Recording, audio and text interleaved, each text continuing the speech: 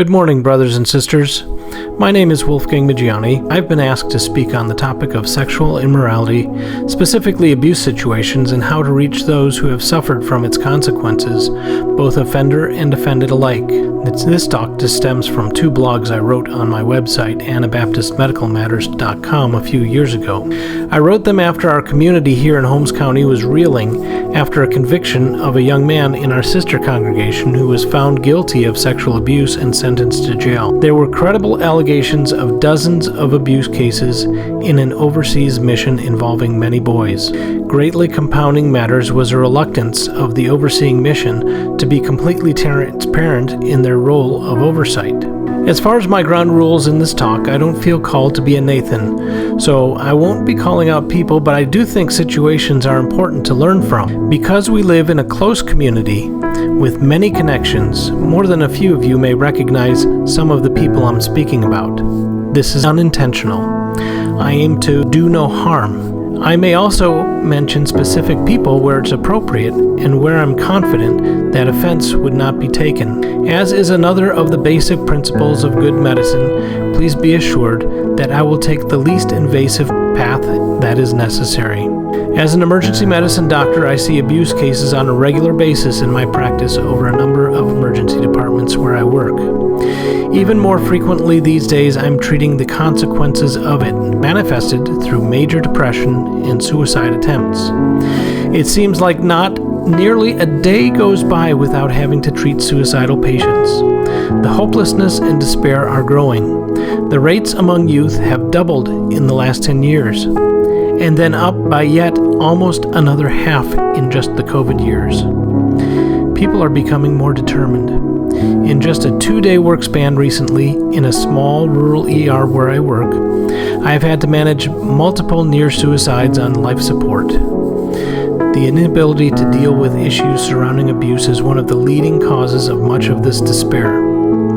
As a born-again Christian, familiar with the heart of man, I also recognize some ways our community can better call on the Lord to reach those in need, because we do, after all, have the gospel truth solution. I count Elmo Stoll as a friend of mine in the early 1990s, as my wife and I were seeking the Lord's will for our new family. He said to me then, "Hold your voice for 5 years as you join with us in community. Then you may say one thing, and in the meantime, simply learn. Then after another 5 years, you may say another thing, but always continue to learn." Well, that was 30 years ago, so by his count I ask that I may humbly as possible put forth a few thoughts for your consideration as I continue to learn. So who bears the burdens of sexual immorality? The offended, the offender, the family, the church, and, of course, Jesus. Because when we sin, ultimately, we sin against God. Isaiah 53, 3-6 says, "He is despised and rejected of men, a man of sorrows and acquainted with grief. And we hid, as it were, our faces from him. He was despised, and we esteemed him not. Surely he hath borne our griefs and carried our sorrows. Yet we did esteem him stricken, smitten of God, and afflicted. But he was wounded for our transgressions, he was bruised for our iniquities. The chastisement of our peace was upon him, and with his stripes we are healed. All we like sheep have gone astray. We have turned every one to his own way, and the Lord hath laid on him the iniquity of us all." I conducted a survey of almost 150 plain people who state that they had been abused a few years ago. It's not a thoroughly scientific study, but there's scarce information on who are the abused, the abusers, and their experiences. So by word of mouth, we gathered this information. And now with your help, I hope we can better glean a little insight as to who we are as a Christian people and how we can better seek His direction. So which group fits best? Mainly beachy and conservative Mennonite respondents, as you can see here, about 65% of the respondents. Gender. mainly female as expected, but 17% male. It's very likely more than 17% of those abused, since boys would be much less likely to report. It reminds me of the time I had a complicated abdominal surgery on myself. It's true that doctors make the worst patients. Men and boys tend to be very cagey, and I felt that I needed to get out of that situation that I could not control, that is, being in the hospital, as soon as possible. So I convinced my surgeon to release me well before I was ready. In the same way, it's not unusual for boys who are suspected of being victims of abuse to do or say whatever it takes to take the focus away from them and to avoid a situation in which they, in addition to being violated, have a total loss of control. You'll hear words such as, "It was nothing," "It's all good," but don't fall for it. Oftentimes it takes someone with enough experience to not only hear their words, but read their eyes and ask the right questions in the right way to get an honest answer. How old at the time of the first offense? Over 80% were preteens. Were you a church member? In other words, this is a rough measurement of whether or not the offended has reached the age of accountability. Were they born again? What was their capacity to understand the forgiveness needed to overcome deep wounds? Well, almost 85% said they were not even members, and so still probably spiritually immature. How often were you offended? The sheer numbers can boggle the mind. Too many, way over 100 times. Yet, a single episode of a severe offense can be as traumatic as 10.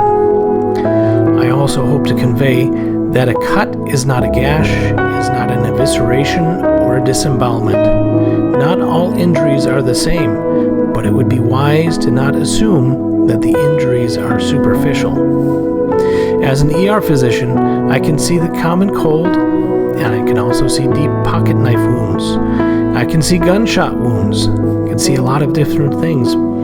If I encounter a patient with a severe, draining post-surgical wound, I do not press the patient to heal faster than they are capable of doing.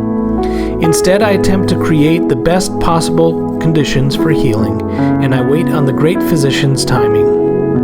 In a like manner, deep wounds requiring healing only God can provide on His own time, and based on the spiritual and capacity and maturity of the offended, should be the rule. In our roles as spiritual mentors, it's our duty to provide the encouragement to heal. It's not unusual that I see patients who resist physical therapy because of the pain involved. It really hurts doing physical therapy. This can be analogous to resisting God's call and command to forgive.